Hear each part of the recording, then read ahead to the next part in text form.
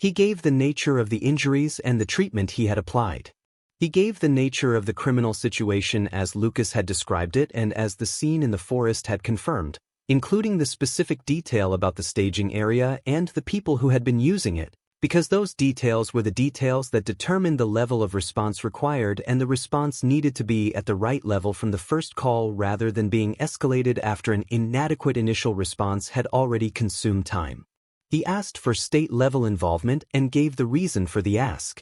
He gave the expected threat, meaning the likelihood that the people responsible for Lucas's situation would return before official response arrived, because that information was the information that determined the timeline, and the timeline was the information the relay needed to communicate to whoever was going to decide how fast to come.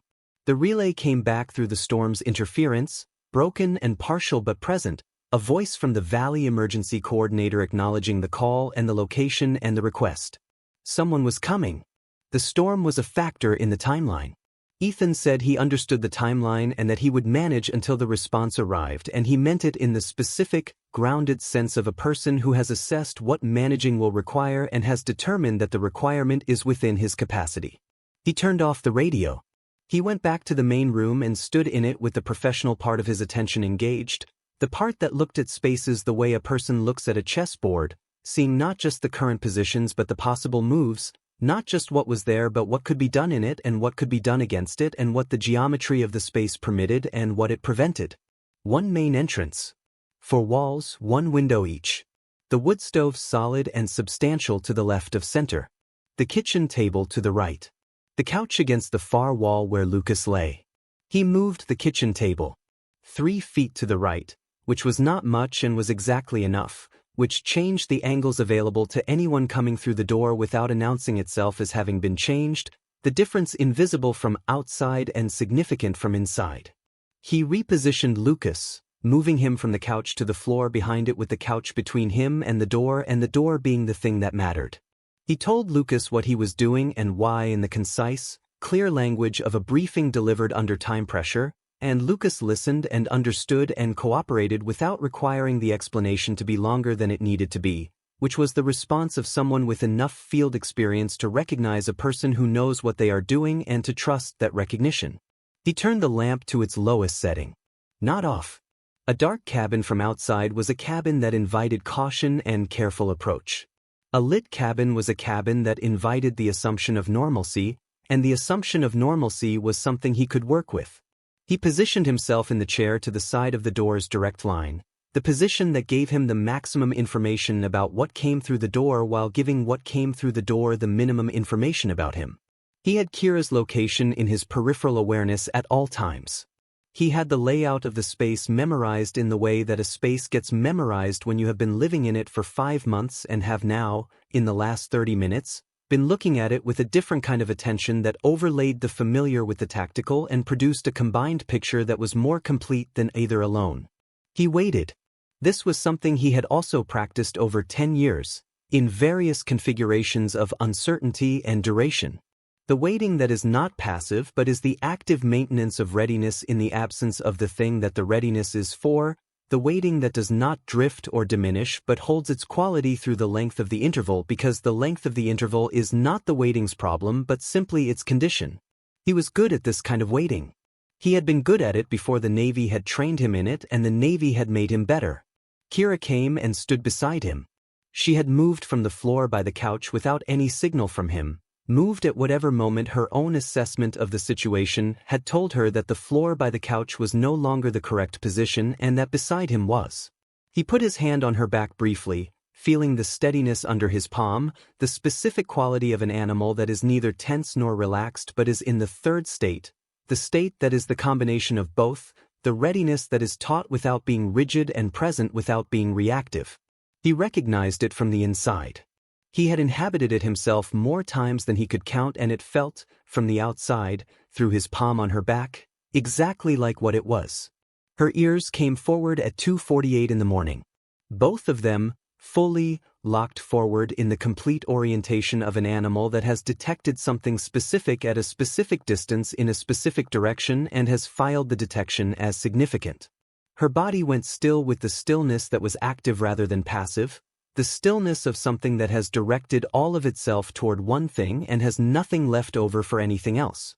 She held the orientation with absolute commitment, and Ethan looked at the window and looked at the tree line beyond it and saw nothing and trusted her over his eyes because his eyes were operating at the range that the available light permitted and she was operating at a range that the available light had nothing to do with. He was at the door in 4 steps. He opened it before they reached the porch. This was the thing they had not expected, the door opening before they had done anything to cause it to open, and the not expecting it produced the recalibration that he needed, the half-second of adjustment between what they had anticipated finding when they arrived and what they were actually finding, and the half-second was the thing he used. It was not a long window and it did not need to be. He had been operating in windows of that size for a decade. The window was sufficient. 2 of them from the first vehicle. Equipped and organized and moving with the specific, practiced confidence of people who have done this kind of thing before in this kind of context and who were not, on the basis of their prior experience, expecting the thing they were encountering. The confidence was real, and it was also the thing that made the difference between them and him, the thing that accounted for the gap between his preparation and theirs, because his preparation had included the possibility of them and their preparation had not included the possibility of him. And in the specific arithmetic of close-quarters confrontation, that asymmetry of expectation is often the variable that determines everything else. Kira was beside him for the first engagement and was exactly what a trained partner is, the addition of the precise element at the precise moment that changes the geometry of the situation for the person on the wrong side of it from 2 options to 1, and the one option was the one that Ethan needed it to be. He did not panic. He assessed the situation and arrived at the conclusion that it had one primary problem, which was the temperature and the time it gave him before the truck's warmth became insufficient, and one primary solution, which was to get to the cabin before that happened. 1.4 miles in these conditions, on a track he knew, with the gear he had in the truck, was a problem he could solve. It was not the most demanding problem he had ever been asked to solve. It was the problem in front of him, which made it the one that mattered. He was reaching for his pack when he saw her. She was standing in the road. Or in what had been the road, in what the road was underneath the snow that had covered it. Standing in the precise center of where the road should be, 20 feet ahead of his headlights, facing him directly. A German shepherd, large, the kind of large that speaks of working lines rather than show lines, a dog bred and built for function rather than appearance, with a coat that was black and tan and deep and that was currently carrying the evidence of having been in this storm for a significant amount of time. The ice worked into the undercoat in the way that only happens after sustained exposure measured in hours rather than minutes. The coat matted in sections and stiff in others, the whole of it. Dark with the moisture that the cold had driven into it. Her paws were planted in the snow with a stillness that was not the stillness of an animal that has stopped and does not know which way to go next. It was the stillness of an animal that has arrived at a specific place for a specific purpose and is waiting for the specific thing that the purpose requires. She was looking directly at his headlights. Directly at him through his headlights, through the glass and the light and the snow between them. And the look had something in it that went through all of those things without being stopped by any of them, the look of a creature that is communicating with everything it has. She was not disoriented. She was not frightened by the truck or the lights or the storm or any of it. She was standing in a blizzard at -14 degrees in the middle of a mountain road, and she was looking at him with an intentionality that he could feel through the windshield, through the weather, through the 200 pounds of truck between them. The intentionality was directed at him the way intentional things are directed, not as a general quality of the world but as a specific vector with a specific target. He watched her. She held the look for 3 seconds. Then she turned away from him, toward the forest on the right side of the road, and she walked 4 deliberate steps and stopped and looked back at him.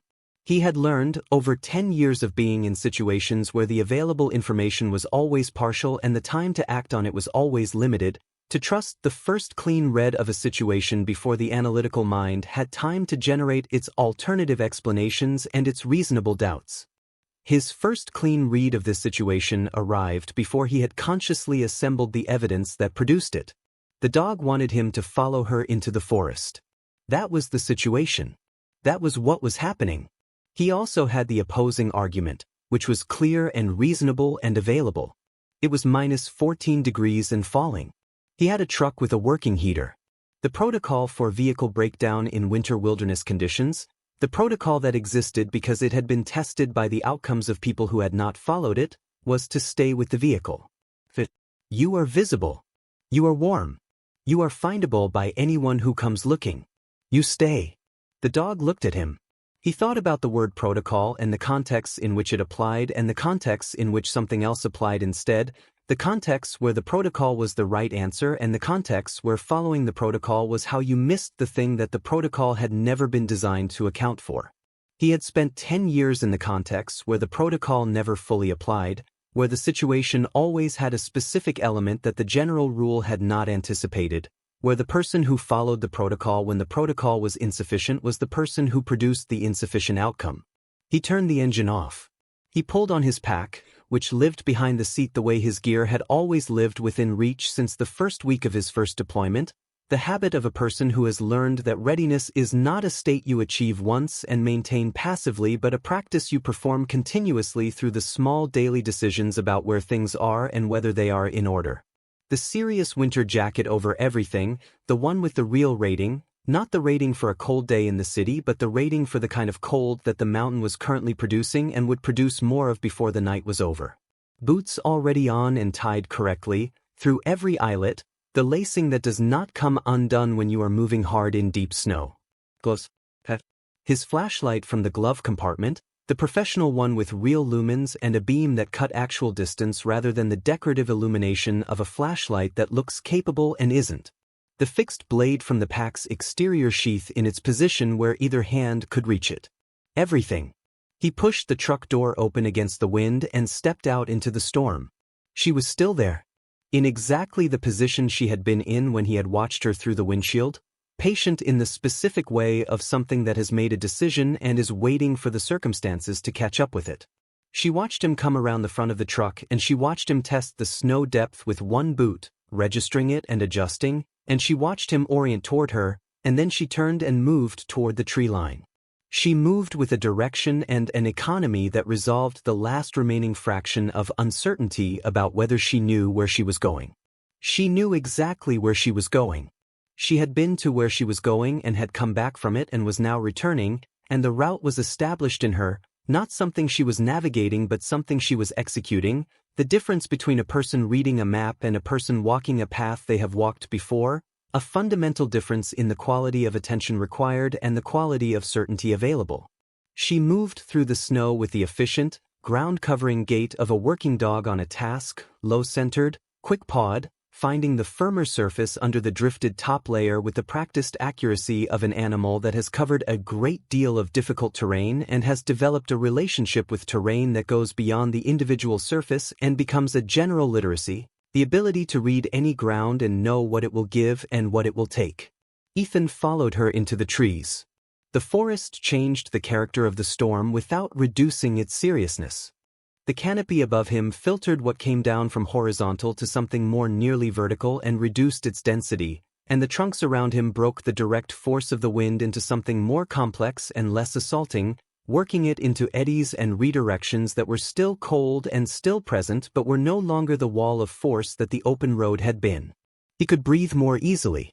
He could hold his flashlight steady. The beam reached 20-25 feet ahead of him between the trunks and gave him enough of the world to navigate it. She stayed at the edge of his light. 15 feet ahead, sometimes 20. She moved, and she checked, and she moved again, the rhythm of a guide who is maintaining the connection between herself and the person following her with the same attention she was giving to the route, the two things running simultaneously and neither being allowed to take priority over the other. When she turned to check, she found him each time and registered the finding with no visible expression and turned back and continued, the check incorporated into the movement as cleanly as breathing. He swept the flashlight beam low across the surface beneath his feet as he moved and he found her tracks, the ones she had made on the way to the road, coming from the direction they were heading. He read them without stopping, a moving scan, the habit of continuous information gathering that he had practiced until it was as automatic as the walking itself. She had been running. The evidence was specific, the depth of the impressions, deeper than a trot would produce in this snow, the spacing between them, longer than an efficient ground-covering pace would create, the disturbance pattern behind each print where the snow had been kicked back and up by the thrust of a full push-off. She had been running at extension, at speed, in this snow and this cold and this dark, from the direction they were heading, for a distance that he was estimating as he moved and that the estimate kept making larger the more of her trail he read. She had come a long way. He thought about that. He thought about running that distance in these conditions and what sustained it, what kept legs moving and kept lungs working and kept the direction true when the direction was hard and the distance was unknown and the outcome at the end of the distance was uncertain. He had run distances like that. He had run them in conditions like these and in conditions worse than these, and he knew what ran alongside you when you ran them, which was not only the physical fact of the effort but the knowledge underneath the effort that the effort was necessary, that the alternative to the running was something that the running was the only available response to. He moved faster. The forest deepened as they went. The trees grew older and wider the further they were from the road, the ones that had been standing since before any road existed on this mountain, their trunks wide enough to suggest decades beyond counting, their canopies high and dense and creating a different world at ground level, quieter and more enclosed, the snow shallower here and the footing more consistent. He moved better in this section and she moved at the pace she had been holding and the gap between them stayed constant and the flashlight beam kept her at its edge and the edge kept moving forward through the old growth. He estimated they had been moving for 18 minutes when she stopped. She stopped at the edge of a clearing and he came up beside her and looked. The clearing was natural, the kind that forms around low ground or rock formations, a gap in the canopy where the forest pulled back from an open space that was maybe 40 feet across. It was full of snow, deep and smooth-surfaced except where the wind had worked it into low irregular drifts along the edges. On the far side of the clearing, against the dark mass of a fallen tree that lay across the clearing's northern boundary, there was a shape in the snow that was not the shape of snow settling over uneven ground. It had regularity to it. A human regularity, the specific geometry of manufactured things, pressed under the accumulated snow of what he estimated had been several hours of storm. Kira crossed the clearing. He followed her. She went directly to the largest part of the shape, the section that rose highest above the surrounding snow, and she began to bark. Not the continuous alarm bark of a dog reacting to a threat but a directed, purposeful vocalization aimed at the shape itself, repeated at intervals, the bark of an animal that is trying to reach something and is using sound as the instrument of reaching. Between the barks she dug, both forepaws working in the rapid alternating motion of a dog that is serious about what is under the surface and is working to reach it with everything it has. Ethan crouched beside her and swept his flashlight across the surface she was clearing and then across the larger shape beyond it. He saw the snowmobile first. The edge of a handlebar, the nose of a chassis, the machine on its side with one ski pointing at an angle toward the sky and the engine housing crushed on the impact side in the specific pattern of a collision with a fixed object at speed. He moved the beam and found the fixed object, the fallen tree at the clearing's edge, and he read the break pattern in the trunk, which was high and clean on one side and splintered outward on the other, the pattern of a tree struck hard and coming down, the striker and the struck having ended up in the configuration he was looking at. He moved the beam further. The man was 10 feet from the snowmobile, partially under the section of the fallen trunk where it had come to rest across the clearing's edge, his upper body in the open and his lower body pinned, not under the full weight of the trunk but under a section of it that had come down across his legs at the angle where it met the ground, holding him with enough force that movement without assistance was not available. He was wearing the dark green of a park ranger uniform, visible in the sections of him not yet covered by the snow that had been accumulating since he had been in this position, and he was not moving, and his face was turned to the side in a way that spoke of a position arrived at through impact rather than through choice. Ethan moved to him. 2 fingers to the neck, finding the pulse point and pressing and waiting. The pulse was there. Slow, irregular in the way that cold makes pulses irregular, but present. The man was alive. He assessed completely and quickly, the way he had been trained to assess, moving through the critical information in priority order without stopping until he had everything he needed to determine the next action. The head wound above the right ear, a laceration that had bled significantly and had clotted on its own, the blood dried and dark at the edges, which told him the wound was not the immediate threat but needed attention before movement if possible. The hypothermia, which was the immediate threat, visible in the pallor and the specific muscle rigidity that the body produces when it has been managing heat loss for an extended period and has moved past the shivering phase into the conservation phase, the internal triage of a body that is protecting its core at the cost of everything else. The legs under the trunk, both of them, needing to be freed before anything else could happen. The shoulder, the left one, the angle of it wrong in the way a shoulder is wrong when the joint has been displaced. He lifted the trunk. It was heavier than he would have preferred and lighter than it could have been, the old wood dense and wet heavy from the snow that had worked into it, and he had to find the grip and the angle and the application of force that the specific geometry of the situation permitted rather than the geometry he would have preferred to work in. He found it and he applied the force and the trunk moved and he moved it far enough that the man's legs were clear and he set it down controlled because dropping it was not an option. He cleared the snow from around the man's legs and assessed them. No fractures that he could identify by palpation and manipulation of the joints, the legs functional but deeply cold, the circulation compromised by the temperature and the duration of compression. He looked at what he had. The emergency blanket from the pack. The rope. 2 sections of branch from the fallen tree that were straight enough and long enough to serve as runners. The shakord. The spare bungee from the pack's side pocket. He had built emergency sleds from less than this in conditions worse than these for purposes more urgent than this, and he built one now, working with his headlamp and his cold fingers and the practiced efficiency of someone for whom improvised field solutions are not exceptional measures but standard operating procedure applied to whatever the field provides. 11 minutes. The sled was functional. It would carry the man.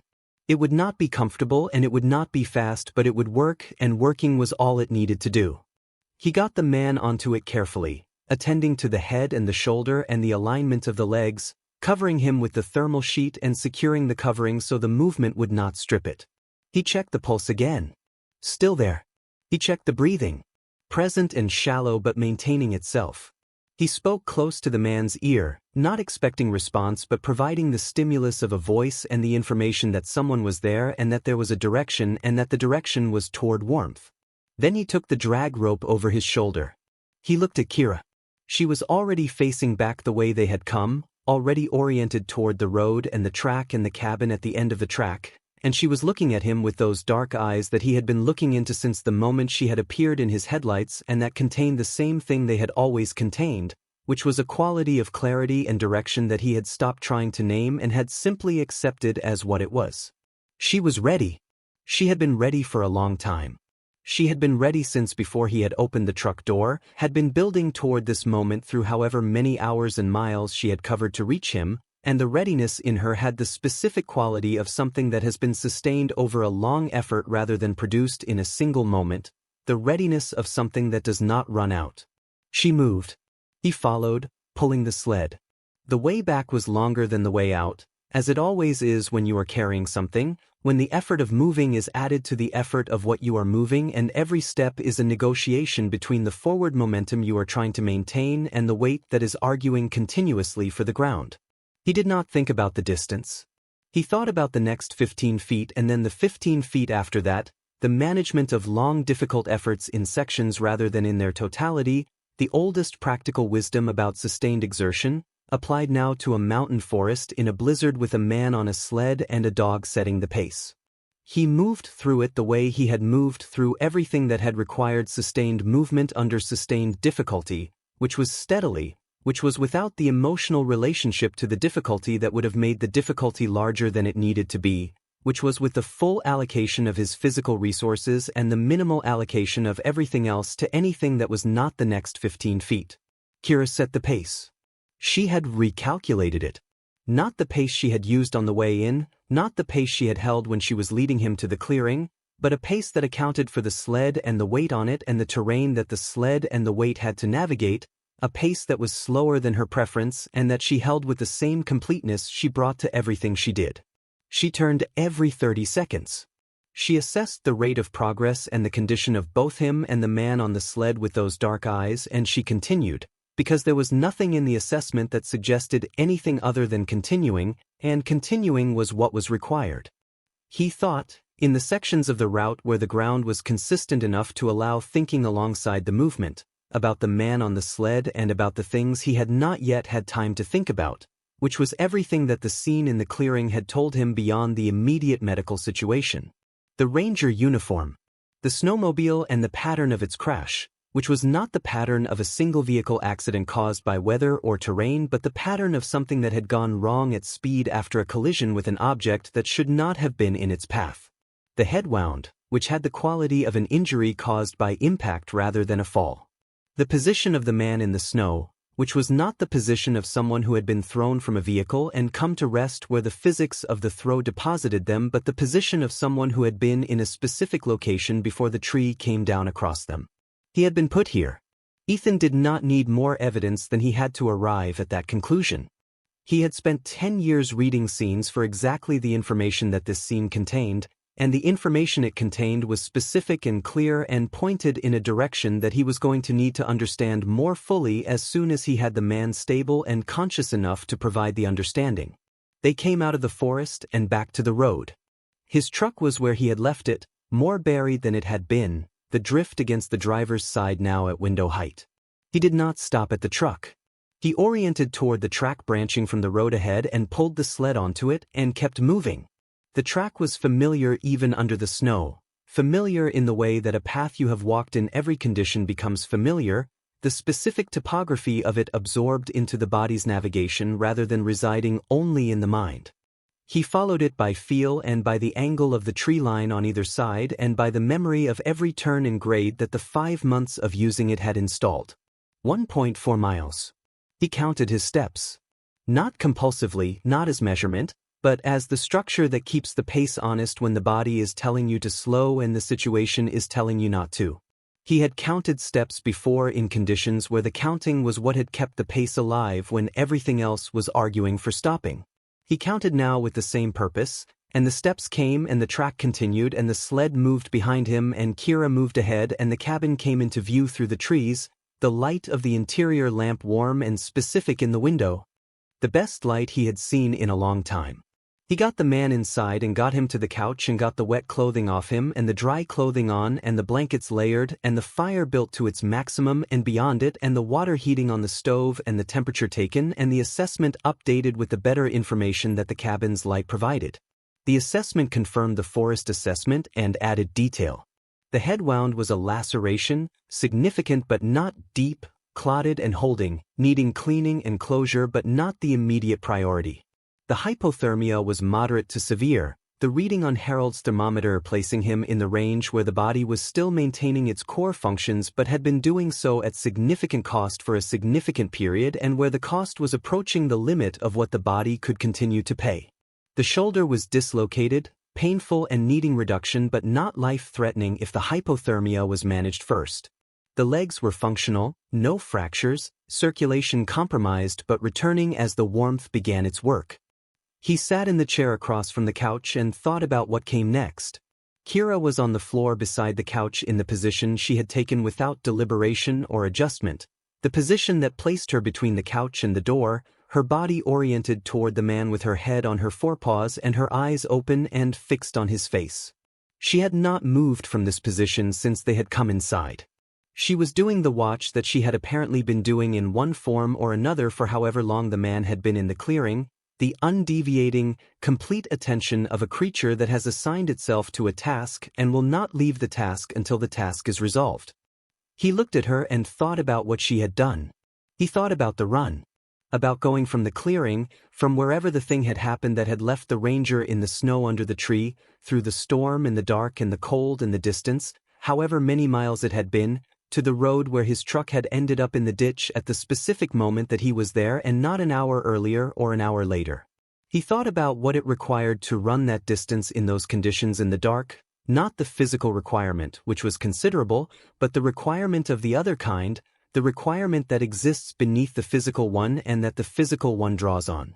The requirement of knowing that the running is the right thing and continuing to know it through all the miles that the knowing needs to be sustained through the cold and the dark and the alone and the not knowing whether anything at the other end of the run was going to be what was needed.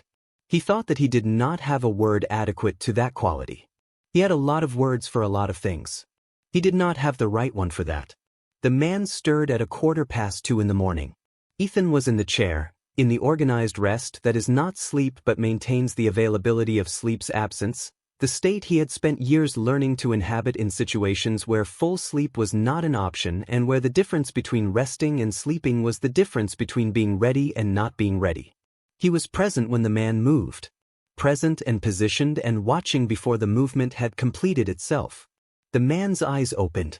They did what eyes do when they open in an unfamiliar place after an extended period of unconsciousness, which is move across the available surfaces before settling, taking inventory, building the picture from the available evidence. They moved across the ceiling and the fire and the room and Ethan, and then they found Kira. And Kira had raised her head the moment the man had moved and was looking at him with everything she had been holding for however long she had been holding it, the whole accumulated weight of the run and the waiting and the watch all present in the look she gave him when his eyes found her. His hand moved toward her before any other part of him had made a decision about moving. It moved the way hands move toward things they have been reaching for longer than they realize, automatically, without consultation with the mind, from the part of a person that does not need to decide because it already knows. Kira moved her face into his hand.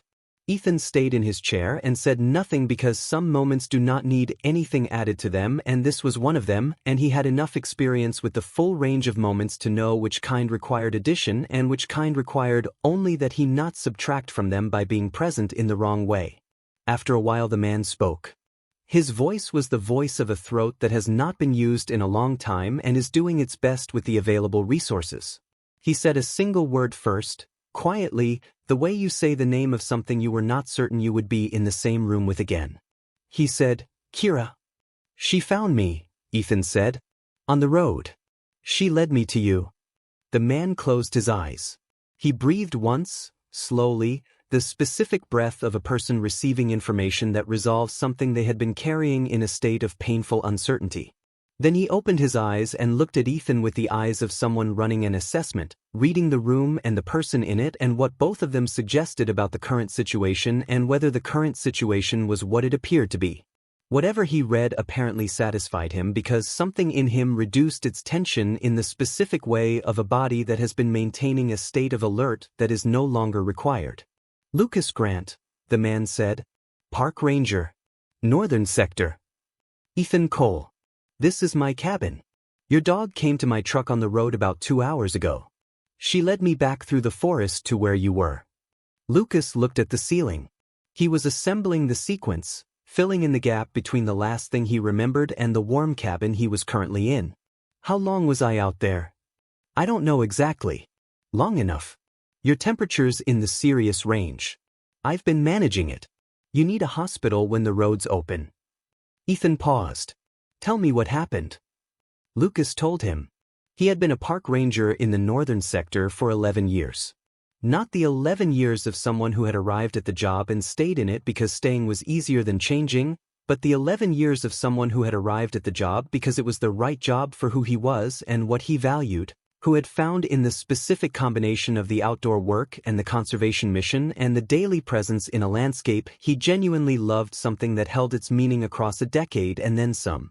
He knew the northern sector with the specific intimacy that comes from sustained, repeated, attentive presence in a place, the intimacy that is not just knowledge but relationship, not just information but understanding of the kind that includes the unexpected and the anomalous because you know the expected well enough to recognize when the expected is not what you are seeing.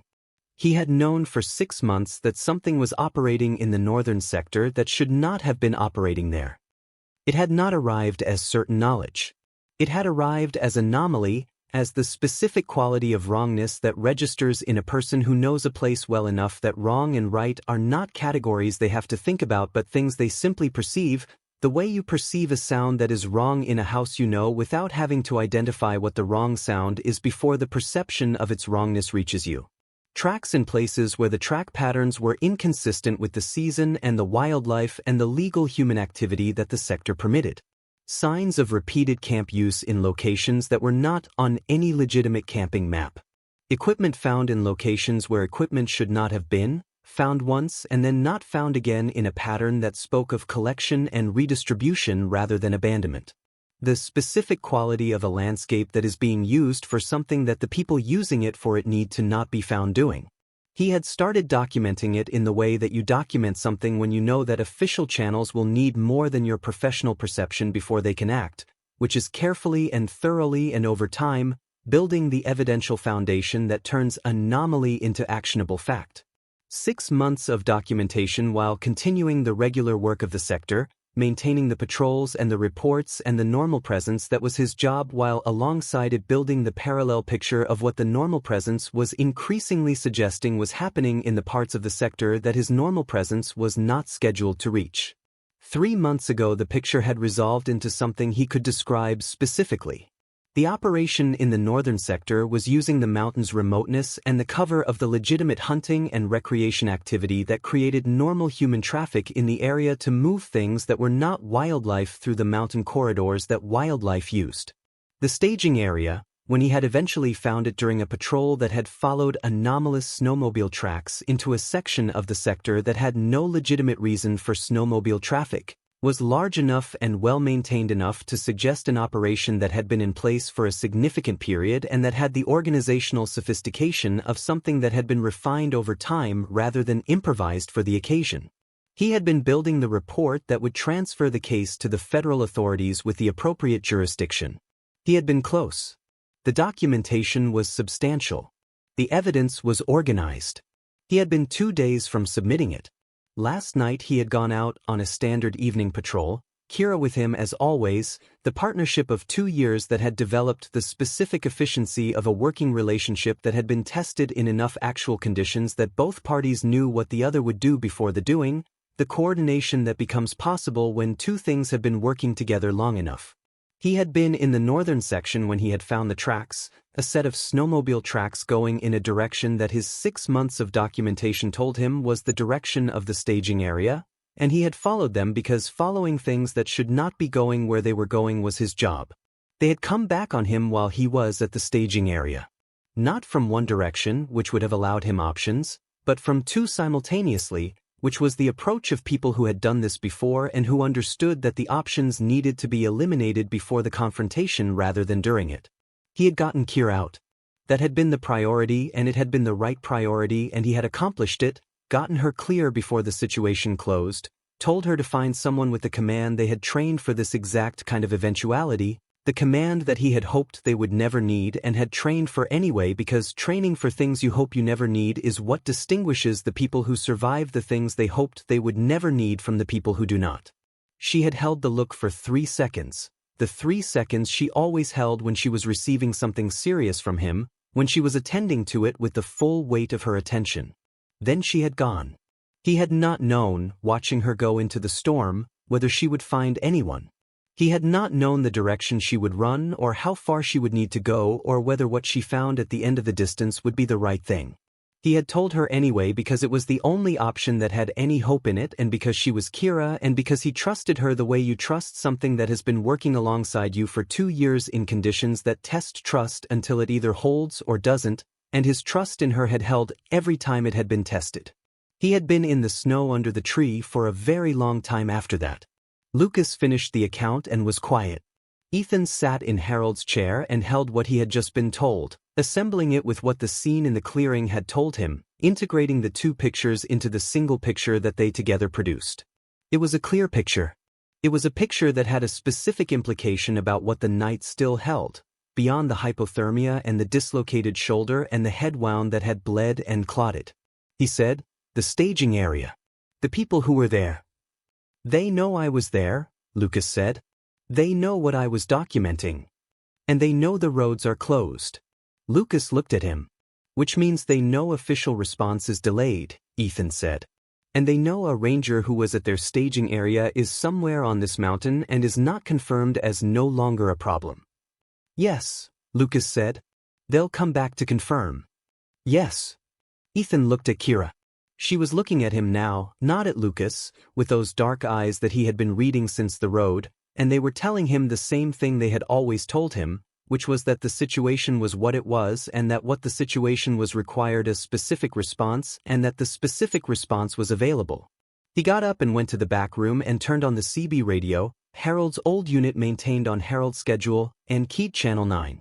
He gave his location and the nature of the situation with the precision and economy of someone who has given operational briefings for 10 years and who understands that the quality of the information you provide is directly related to the quality of the response you receive.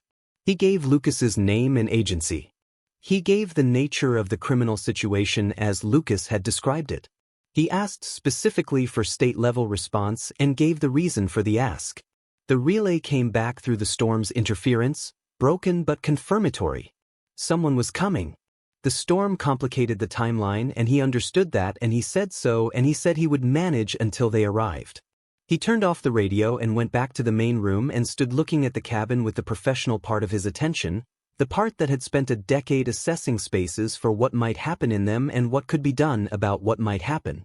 Lucas off the couch and onto the floor behind it, lower and less visible and with the couch between him and the door, which was a better position for what might happen than the couch was. He told Lucas what he was doing and why. Lucas listened and understood and moved without complaint, which was the response of someone who had enough field experience to understand the logic and enough trust in the person explaining it to implement it without requiring the explanation to be longer than it was. He turned the lamp down but not off. A dark cabin invited caution. A lit cabin invited the assumption of normality, and the assumption of normality was something he could use. He sat in the chair near the stove, positioned to the side of the door's direct line, and he waited. Kira came and stood beside him. He put his hand on her back briefly, feeling the steadiness of her under his palm, the specific readiness that was not tension and not fear but the readiness that is the opposite of both of those things, the readiness that comes from having processed the situation fully and having arrived at the decision about it and now simply being in the decision, waiting for the moment when the decision becomes the action. He recognized it because he had felt it in himself more times than he could count, in the moments before things began. Her ears came forward at 2:51 in the morning. Both of them, locked, the full forward orientation of an animal that has detected something specific at a specific range in a specific direction. Her body went still with the active stillness, the stillness of readiness rather than rest, and she held the position with absolute commitment, every sense she had directed at the tree line beyond the window. Ethan was at the door in 4 steps. He opened it before they reached the porch, which was not what they expected and which created the half-second of recalibration that he needed and used. 2 of them from the first vehicle, organized and purposeful and operating with the confidence of people who were not expecting significant resistance from whatever they found in the cabin, and that confidence was the thing he had been counting on and it was available and he used it the way he used everything that the situation provided, completely and without waste. What followed was brief and specific. It was not elegant and it was not according to any plan he had made in the 45 minutes of preparation, because it never was according to plan because plans met reality and reality was always more specific than the plan and the person who had internalized the objective rather than the plan was the person who could continue pursuing the objective when the plan was no longer the available vehicle. He had internalized the objective 11 years ago and had been practicing the internalization ever since, and it was available to him now in the way that things are available when they have been practiced until they live below deliberate decision. Kira was beside him for the first of it and was decisive in the second of it in the way that a trained partner is decisive, adding exactly the right element at exactly the right time, the element that changed the geometry of the second person's options from 2 to 1 and made the one option the one that Ethan needed. The second vehicle produced 2 more people, and those 2 people arrived to a situation that was already resolved in ways they had not anticipated, and the resolution of the situation that they arrived to was sufficiently clear in its meaning that the adjustment it required of their own assessment of their options was rapid and complete. For people were in the snow outside Harold's cabin. Ethan stood on the porch with the cold and the receding storm and Kira beside him, and he looked at what the night had produced and thought about what Harold had said in the will, the 3 sentences, the third one, the mountain will do the rest, and he thought that he was beginning to understand what the rest looked like from the inside, which was different from what he had imagined it would look like but was not less than what he had hoped. From inside, Lucas's voice on the CB radio, calm and specific, giving the update that the situation at the cabin had been resolved and that the response could proceed on its original timeline. The storm outside had dropped from the peak of itself to something that was still a serious winter event but was finishing rather than building, the long diminuendo of a system that has made its argument and is now withdrawing from it. The snow was still coming, but it was coming straight down now, the wind having spent itself in the night, and straight down snow has a different quality from horizontal snow, a quality that is almost peaceful in comparison, the quality of the world returning to its ordinary relationship with winter after the extraordinary version of that relationship has completed its visit. The first state police vehicle came up the mountain track at 6:42 in the morning. He got the man through the door. He managed it with his shoulder on the handle and his body weight leaning into the movement, pulling Lucas across the threshold and into the warmth and the light of the cabin interior, and then he was inside and he got the door closed against the wind and stood for exactly 1 second in the acknowledgement of having arrived, 1 second for the recognition that the outside was outside and the inside was inside, and the distance between those two facts was the distance that mattered most right now. And then he was moving again because 1 second was what the situation permitted and anything beyond 1 second was what it did not. Shadow had come in behind him. She had crossed to Lucas before Ethan had finished orienting himself in the cabin space, pressing herself against the man's side in the specific, deliberate way of an animal that is doing something purposeful with its body rather than simply seeking contact, providing the warmth of herself to the warmth deficit of him, her head positioned near his face, her eyes on his face, running the low continuous sound that lived in the space between a bark and a whine and that she had been making since the moment Ethan had found them in the forest clearing. She made it more quietly inside the cabin, as if the removal from the immediate danger had reduced its volume without resolving the condition it was expressing, as if what she was monitoring had been partially addressed and was not yet fully resolved. Ethan moved. He got Lucas to the couch and started on the wet clothing immediately, not because the wet clothing was the first thing on the clinical priority list, but because the wet clothing was actively working against the first thing on the clinical priority list, which was core temperature, and removing the wet clothing was therefore the prerequisite for everything that followed. The ranger uniform came off in pieces, the torn jacket first and then the thermal layer beneath it, both of them soaked through in the way that clothing gets soaked through when a person has been lying in snow for several hours, wet not just at the surface but through every layer, the cold held against the skin in the specific way that wet fabric holds cold, which is more efficiently and more completely than dry cold in open air. He replaced them with his own dry clothes, the closest things to fitting he had that the situation would accept, which was a standard he was applying rather than the standard he would have preferred. Blankets from the chest at the foot of the bed.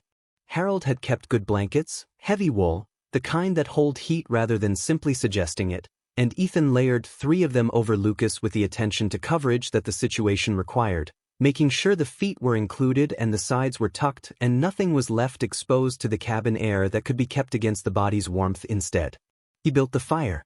The wood stove was already going from the evening, but going at the maintenance level, the level appropriate for a single person keeping a cabin at a comfortable temperature without burning through the woodpile unnecessarily. He opened the damper fully and added wood, not the careful addition of someone thinking about tomorrow's supply but the generous addition of someone thinking about the next 3 hours and nothing beyond them, because the next 3 hours were what mattered and the supply could be replenished when the next 3 hours had produced the outcome they needed to produce. The iron of the stove began to tick as it expanded with the increased heat, the specific metallic language of a working stove that Harold had listened to for 60 years and that Ethan had been learning to read for 5 months. He took the man's temperature with Harold's thermometer, the one from the first aid kit on the shelf above the sink, because a person's temperature in this situation was not a comfort data point but an operational parameter, the number that determined the specific response required and the timeline within which that response needed to produce results. The reading confirmed what the visual assessment had already indicated, which was that they were in the serious range, the range that required sustained and correct management rather than improvised warmth, the range that was survivable with the right approach and was not survivable without it. He knew the right approach.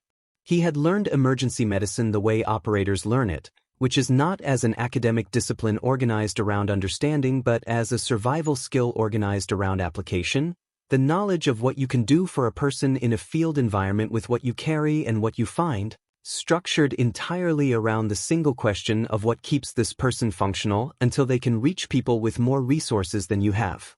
He had learned it in training, and he had applied it in contexts where the learning was the only thing standing between a teammate and an outcome that the mission could not afford, and he applied it now with the same calm and the same completeness, working through the priorities in their correct order and not improvising where the protocol was clear and improvising precisely where it was not.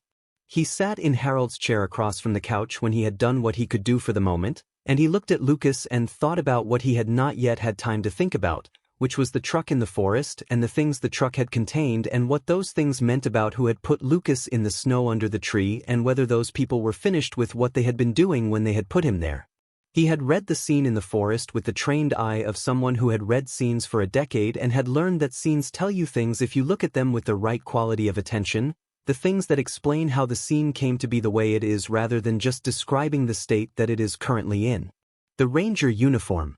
The snowmobile's crash pattern, which was not the pattern of a single vehicle accident caused by weather conditions or misjudged terrain but the pattern of a machine that had been moving fast and had encountered something in its path that should not have been there and had come to its resting position through the physics of that encounter. The wound on Lucas's head, which had the character of an injury caused by impact with something rather than by a fall. The position of the body, which was not the position of someone who had been thrown from a vehicle and settled where the physics of the throw deposited them but the position of someone who had been in a specific location when a specific thing had happened to them from outside. He had not needed more evidence than that to arrive at the conclusion. He had spent 10 years reading scenes for exactly that quality of information, the information that told you not just what had happened but what had been done and who had done it, and the information this scene contained was sufficient and clear. Lucas had been put there, which meant the people who had put him there existed somewhere on this mountain tonight, and which meant that those people had a reason to confirm that what they had put in the snow had stayed in the snow, and which meant that the closed roads and the storm were a temporary condition and not a permanent one, and that the window of time between now and when the temporary condition ended was the window of time that mattered. Shadow was on the floor beside the couch in the position she had taken when they came inside, her body between the couch and the door, her head on her forepaws, her eyes on Lucas's face. She had not moved from this position. She was holding the watch with the completeness that she brought to the watch, the total and unqualified attention of a creature that has assigned itself to a task and will continue at the task until the task is resolved or until something more significant than inconvenience prevents the continuation. He watched her watching Lucas and thought about the hours she had been doing some version of this, the hours at the clearing before she had left and the hours of the run after she had left and the hours of leading him back and the hours since, all of it one continuous sustained thing that he did not have the right word for and had stopped trying to name. He got up and went to the back room and turned on Harold's CB radio. He had tested the radio in his first week at the cabin, the way he tested everything in the first week, taking inventory of what was there and confirming that what was there worked and was ready. Harold had maintained the radio with the same devotion he had maintained everything else, which meant it worked and its batteries were current and its antenna connection was solid and the Channel 9 frequency it was set to was the emergency channel that mountain communities monitored.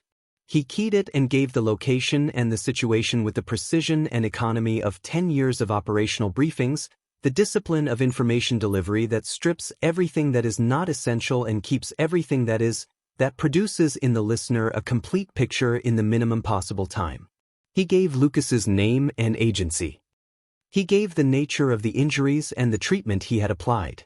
He gave the nature of the criminal situation as Lucas had described it and as the scene in the forest had confirmed, including the specific detail about the staging area and the people who had been using it, because those details were the details that determined the level of response required and the response needed to be at the right level from the first call rather than being escalated after an inadequate initial response had already consumed time. He asked for state-level involvement and gave the reason for the ask. He gave the expected threat, meaning the likelihood that the people responsible for Lucas's situation would return before official response arrived, because that information was the information that determined the timeline and the timeline was the information the relay needed to communicate to whoever was going to decide how fast to come. The relay came back through the storm's interference, broken and partial but present, a voice from the Valley Emergency Coordinator acknowledging the call and the location and the request. Someone was coming. The storm was a factor in the timeline. Ethan said he understood the timeline and that he would manage until the response arrived, and he meant it in the specific, grounded sense of a person who has assessed what managing will require and has determined that the requirement is within his capacity. He turned off the radio.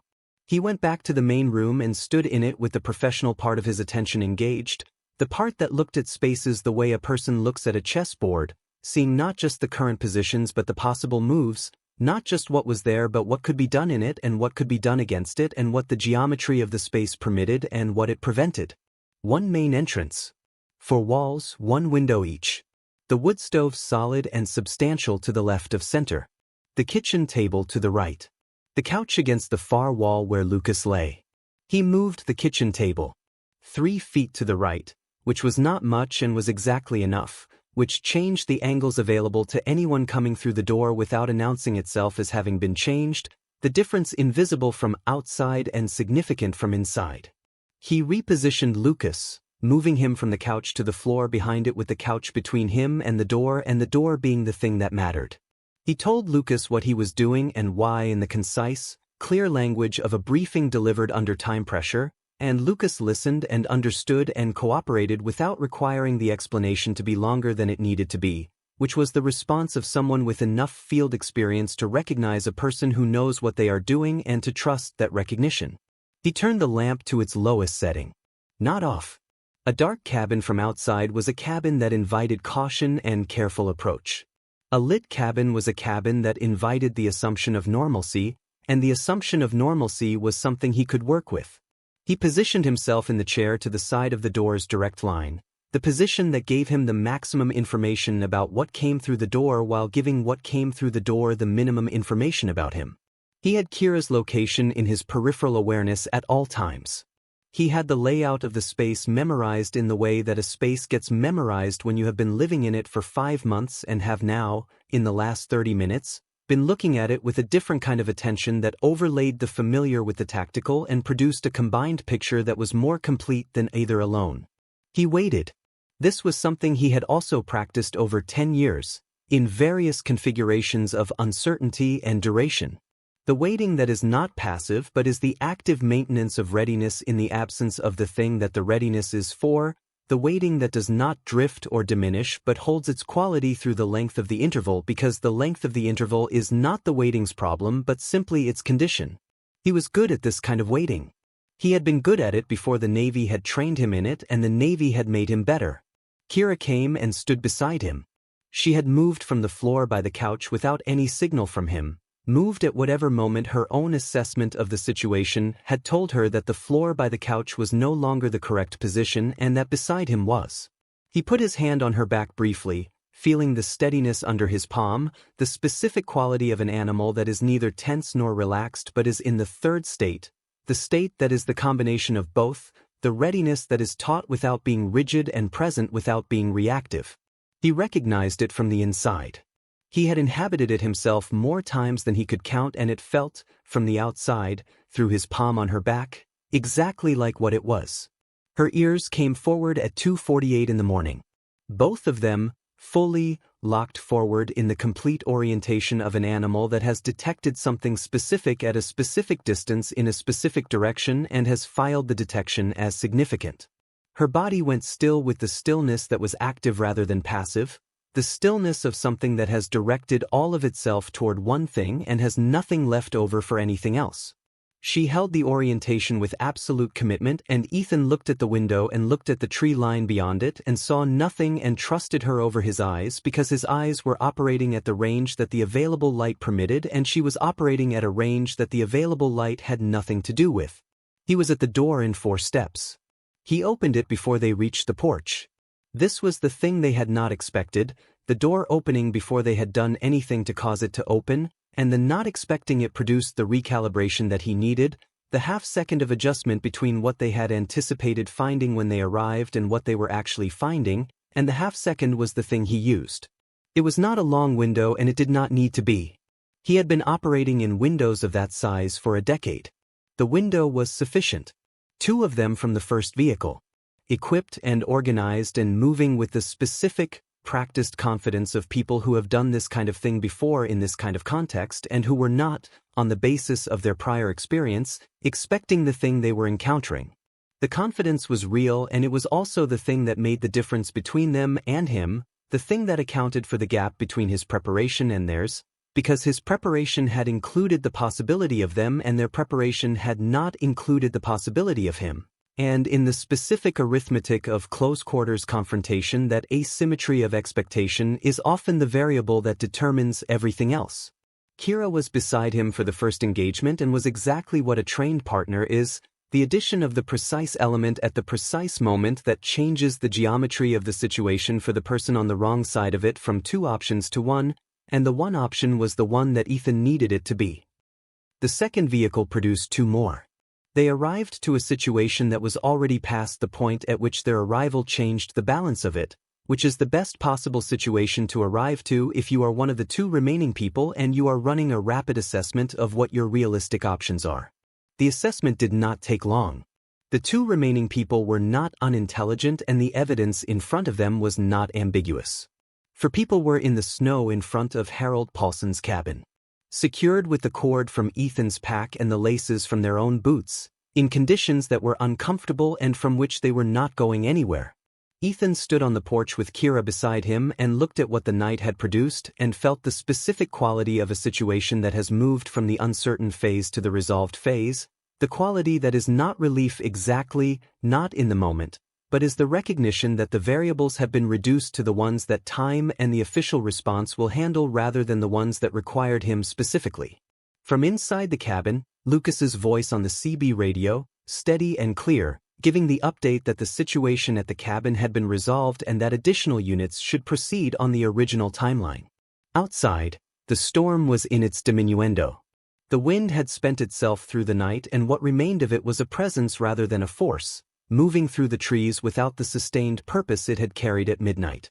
The snow was falling straight down now, or nearly straight, the specific quality of a storm that has finished with the horizontal and has returned to the vertical, the quality that makes a blizzard feel suddenly like something else, something closer to the ordinary winter that it had been before the front moved through the pass and changed the character of everything. Straight-down snow has a quality that horizontal snow does not have, almost peaceful in its straightness, the world negotiating its way back to its ordinary relationship with the season after the extraordinary version of that relationship has said what it came to say.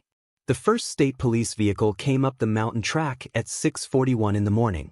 It came slowly and with the careful navigation of a vehicle that is managing a track in conditions that the track had not been maintained for, and it was followed at a short interval by a second vehicle and then by a third, the three of them assembling in the clearing in front of the cabin with their lights on and their engines running and their doors opening to produce people who had the specific, organized manner of professionals arriving at a situation they have been briefed on and are prepared to manage.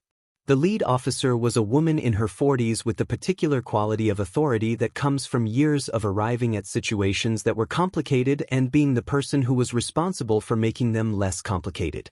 She assessed the clearing with its 4 secured individuals, the cabin with its lit window, and the man standing on the porch with a dog beside him, and she did all of this in the first 10 seconds without her face showing anything except attention. She came to the porch. She looked at Ethan. She looked at Kira. She said, "Ethan Cole?" "Yes. Officer Dana Marsh. We have the relay call." She looked at the 4 people in the snow. "Your work?" "Yes." She looked at the cabin door. "Ranger Grant is inside?" "On the floor behind the couch. He's stable. He needs a hospital for the shoulder and the head wound and continued monitoring for the hypothermia. His temperature was coming up when I last checked, 40 minutes ago." She nodded once and turned to direct 2 of the officers who had come with her toward the cabin and 2 more toward the 4 people in the snow, all of it with the economical efficiency of someone who has directed the management of complicated scenes many times and has learned which parts require her personal attention and which parts can be delegated and which parts can be done simultaneously rather than sequentially. Then she turned back to Ethan. "The relay call mentioned a staging area in the northern sector," she said. "Ranger Grant has the coordinates and the documentation. 6 months of it. The staging area is the operational center of a trafficking operation that he believes connects to multiple other states. She looked at him for a moment. And you're? Former Navy SEAL. I've been living in this cabin for 5 months. She absorbed this. And the dog led you to the ranger. She came to my truck on the road. My truck was in the ditch from the storm. She led me through the forest to where he was. The clearing is approximately 1.5 miles from the road. She looked at Kira again with the specific look of someone who is encountering something that does not fit cleanly into any category in the available framework and who is deciding how to file it rather than deciding whether to credit it. 1.5 miles, she said. At minimum, Ethan said. Possibly more. I was navigating by flashlight. She wrote something in her notebook without looking at it, which was a skill Ethan recognized and respected. Then she said, I'm going to need a full statement. I'll give you one. It's going to take a while. I'm not going anywhere, he said. She almost smiled. Then she went into the cabin to see Lucas. The medical unit arrived 40 minutes later, a vehicle from the valley with the equipment and the personnel to handle Lucas's specific combination of injuries properly rather than adequately, which was the distinction that mattered for the shoulder particularly, which needed reduction under controlled conditions rather than the field reduction that Ethan had been considering and had decided against on the grounds that controlled conditions were going to be available within a survivable time frame and that the shoulder would wait. They took Lucas out on a stretcher with the smooth efficiency of people who had done this in worse conditions and found the current conditions, while not ideal, within the range of the manageable. Lucas, on the stretcher, found Ethan's eye before they moved him through the door. He looked at Kira first, who was standing at the edge of the porch watching the stretcher with those dark eyes, her whole body oriented toward Lucas with the quality of attention she had been giving him all night, and Lucas looked at her for a long moment and something passed between them in the look that Ethan did not try to read because it was not his to read. Then Lucas looked at Ethan. She picked right, he said. Ethan looked at Kira. He thought about the road and the headlights and the moment he had seen her standing in the snow in the precise center of what had been a road, looking at him through the blizzard with those dark clear eyes that had not been asking for warmth or food or any of the things dogs usually ask for when they appear at the edge of human light in a storm. He thought about reaching for his pack. He thought about stepping out of the truck into the cold. She did the work, he said. They took Lucas down the mountain track in the medical vehicle and Ethan stood on the porch and watched it go and then looked at the clearing and the 4 people in the snow who were being managed by the state police and at the sky above the tree line which was doing what the sky does after a serious storm has passed through it, which was recovering its clarity in stages, the cloud cover breaking up in the west first and the stars becoming visible through the breaks, the specific winter stars that you can only see at altitude on a clear night after the air has been cleaned by moving fast for 12 hours. He went inside. He sat in Harold's chair and Kira came and lay on the floor beside it and he put his hand on her back and felt her breathe, the slow deep breathing of an animal that has been awake for a very long time and is now, in the first genuine safety of the night, permitting itself to rest. Not deeply, not the unconscious rest of complete sleep, but the provisional rest of something that is still monitoring and has simply turned the monitoring down from its crisis level to its maintenance level, the rest that refills without fully releasing. He sat with her in the quiet of the cabin while outside the state police did their work and the morning came on and the storm finished its long retreat from the mountain. The federal investigators arrived 3 days later. They came in 2 vehicles and they came with the specific, organized thoroughness of people who had been doing this kind of work for long enough that the thoroughness was not performed but was simply what their attention looked like when it was directed at something. They were interested in Lucas's documentation, the 6 months of careful evidential building that had survived the night because it lived in a cloud backup that had run at 11:30 and the attack had come after midnight.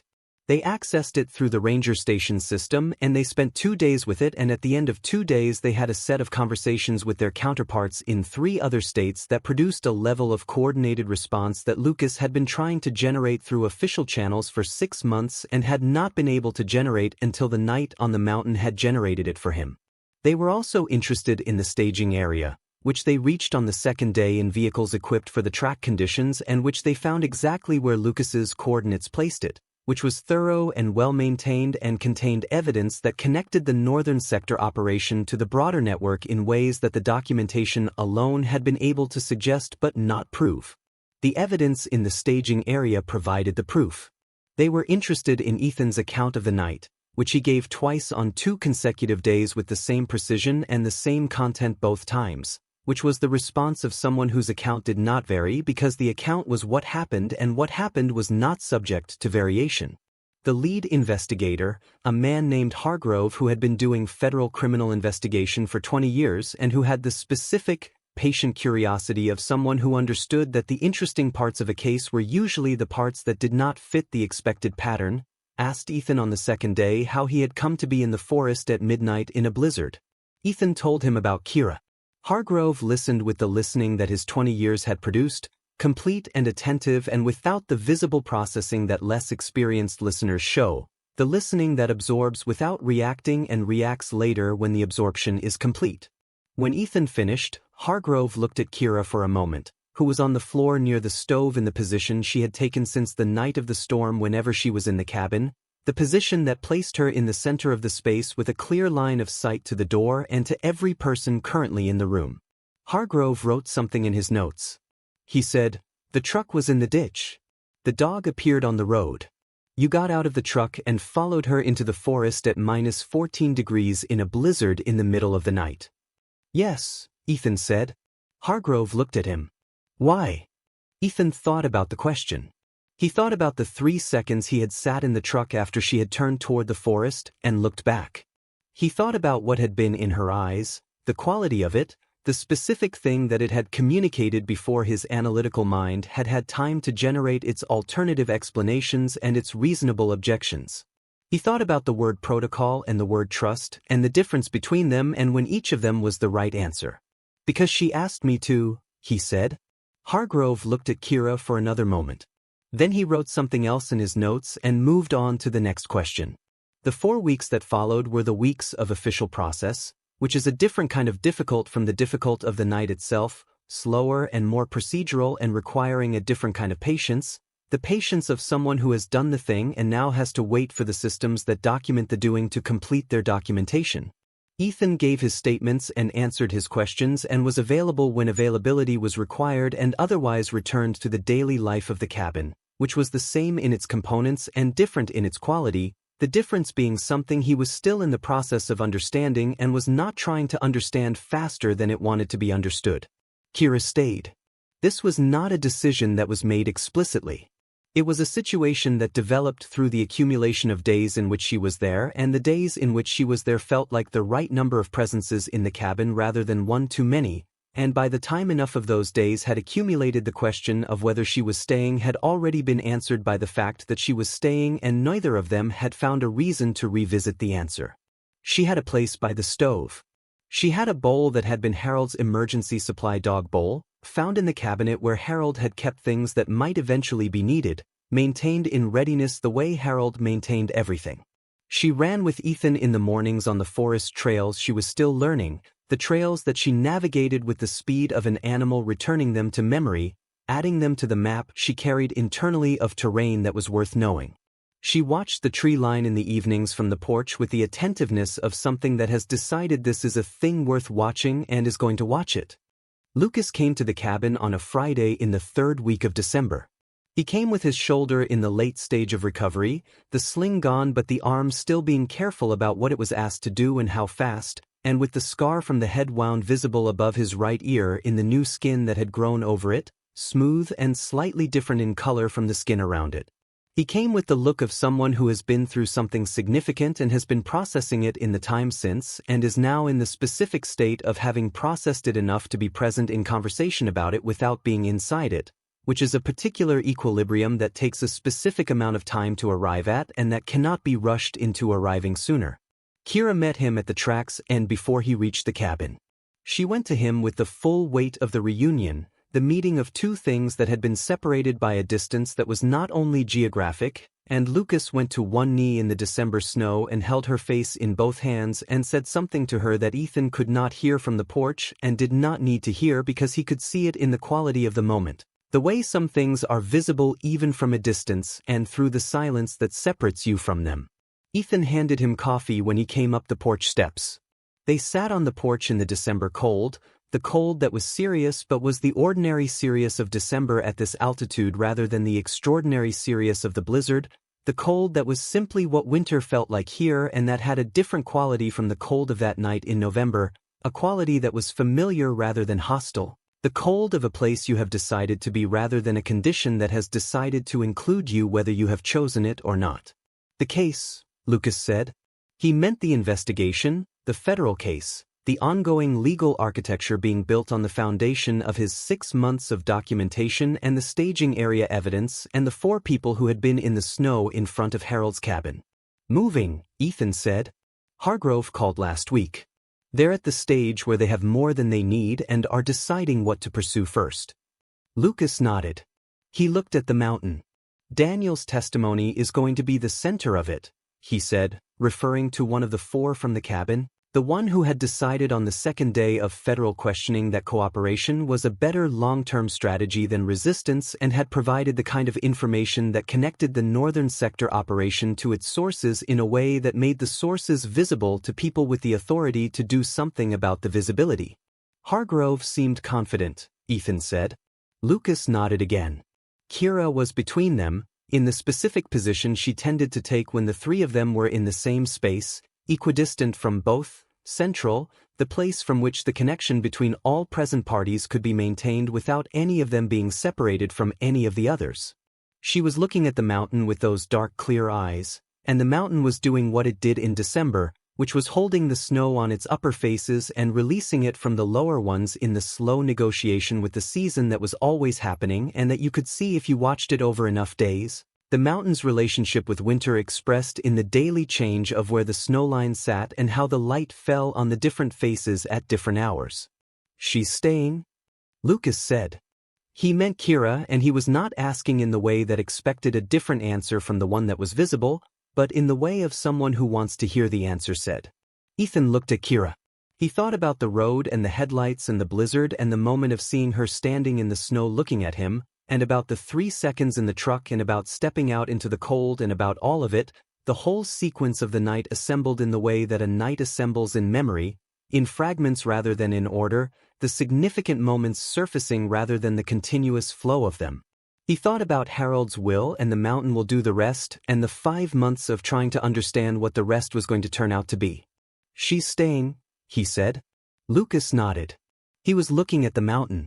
He was quiet for a while with the quiet of someone who has something they are arriving at and is letting it arrive in its own time rather than pushing it.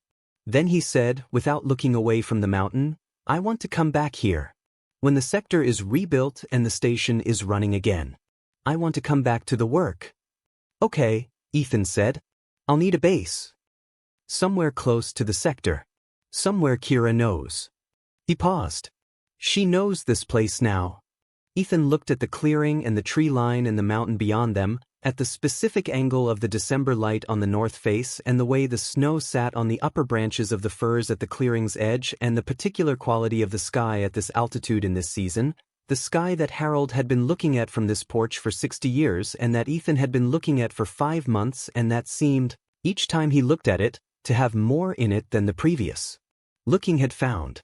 She knows this place, he agreed. Spring came to the mountain the way it came every year, without ceremony and without rushing, on its own schedule and in its own order. The south-facing slopes lost their snow first, the angle of the returning sun reaching them before it reached the north-facing ones, the brown of the dormant grass appearing at the edges and spreading inward as the days lengthened. The creek behind the cabin went from frozen to moving under ice to moving in the open, the sound of it changing in stages from silence to the low sound of water finding its way under constraint to the full sound of water moving freely in its own channel. The birds came back to the upper elevations in the order that the upper elevations conditions permitted, the first ones cautious, scouts of the returning season, and then more behind them as the scouting report came back favorable. Kira ran in the field beside the cabin in the April grass, the field that had been under deep snow on the night she had stood in Ethan's headlights on the buried road and made the assessment that he was the right one and had communicated that assessment in the only language available to her, which was the language of turning toward the forest and looking back. She ran with the full easy stride of complete recovery, the stride that covered ground without apparent effort, and turned on the geometry of the field's particular shape with the intimacy of an animal that has run this field through every condition of the season and has learned all of its particular qualities. The slightly lower section in the northeast corner and the firmer ground along the southern edge, and the way the light falls across it in the late afternoon at this time of year in a way that makes everything it touches look like it is doing something intentional. Lucas was on the porch. Ethan was beside him. The coffee was hot and the mountain was receiving the season with the patience of something that has been doing this for a very long time and that finds in the repetition not monotony but the specific, accumulated satisfaction of a process that has been running long enough to be trusted, long enough to be known, long enough to have become something that does not require explanation because it has simply become what is. Ethan looked at Kira running in the April grass. He thought about trust. Not the word but the thing, the actual experience of it, what it felt like from the inside when you gave it to something that you could not fully understand and could not fully predict, and that asked of you only the specific action of following, of stepping out of the warm truck into the cold, of going into the dark forest after the thing that was going into the dark forest ahead of you. He thought about what it had cost to do that and what it had produced by costing what it cost and what the relationship was between those two things, what the accounting looked like when you added them up honestly. He thought it looked like this. Like the April morning and the field and Kira running in it and Lucas beside him and the coffee and the mountain doing what the mountain did. He thought that was what the accounting produced when you did it honestly, when you included everything on both sides of the ledger and looked at the sum without adding anything that was not there and without subtracting anything that was. He thought Harold had known this.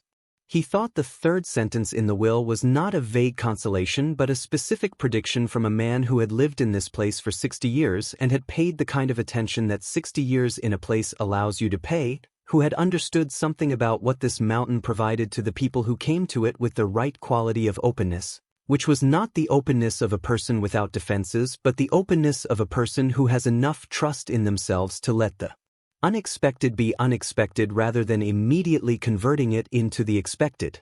He had opened the truck door. He had stepped out into the storm. He had followed the dog into the dark. The mountain had done the rest. Kira stopped running at the far end of the field and turned and looked back at the porch, those dark clear eyes finding him across the distance, holding the look for the 3 seconds that she always held it, the 3 seconds of attending fully to what she was looking at before deciding what to do with what she had found. Then her tail moved in the slow deliberate arc that was not excitement and was not performed and was not for anyone's benefit but was simply the expression of a creature that has looked at what is in front of it and has recognized it accurately and is saying, in the only language it has, the thing that the recognition produces. This is what I ran toward. This was always where I was going. Sometimes saving a life begins with a single decision. Not a grand decision, not a decision made in conditions of clarity and certainty with all the relevant information present and all the time you could want to weigh it properly. A decision made in the dark and the cold with a truck in a ditch and a storm that did not care about your plans and a dog you had never seen before looking at you from the snow with those dark clear eyes and the forest behind her that you could not see into and the choice between the protocol and the pull of what she was telling you. He had chosen to follow. Sometimes the bravest thing that comes looking for help does not arrive with words or with explanation or with any of the forms of communication that human beings have built their trust in over the long course of learning to trust each other. Sometimes it arrives in a blizzard on 4 legs and stands in your headlights and turns toward the forest and looks back.